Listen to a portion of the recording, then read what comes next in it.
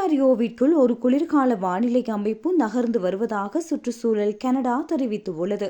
இது பனி மற்றும் கடும் குளிரை அந்த பிரதேசத்துக்குள் கொண்டு வரும். முதலில் டொரண்டோ மற்றும் பிற தெற்கு பகுதிகளில் மழை பெய்து விரைவில் அது பனியாக மாறும். இதனையடுத்து குளிர் காற்று முகப்பை கடந்து செல்லும் போது வெப்பநிலை வேகமாக குறையும். மழை நீர் உறைந்து சாலைகளையும் நடைபாதைகளையும் வழுக்கும் தன்மையுடையதாகவும் ஆபத்தானதாகவும் மாற்றும். அத்துடன் ஹியூரோன் ஏரி மற்றும் ஜார்ஜியன் விரிகுடா ஆகிய பகுதிகளுக்கு அருகில் அதிக பனிப்பொழிவு இருக்கும்.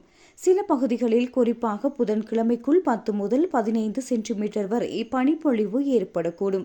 இந்நிலையில் அதிக பனிப்பொழிவு, பலத்த காற்று மற்றும் குறைந்த பார்வை திறன் காரணமாக இந்த நேரங்களில் வாகனங்களில் பயணம் செய்வது ஆபத்தானது. எனவே மக்கள் சாலை நிலவரங்களை கருத்தில் கொண்டு தங்கள் பயணங்களை திட்டமிடுமாறு கேட்டுக் கொள்ளப்படுகின்றனர்.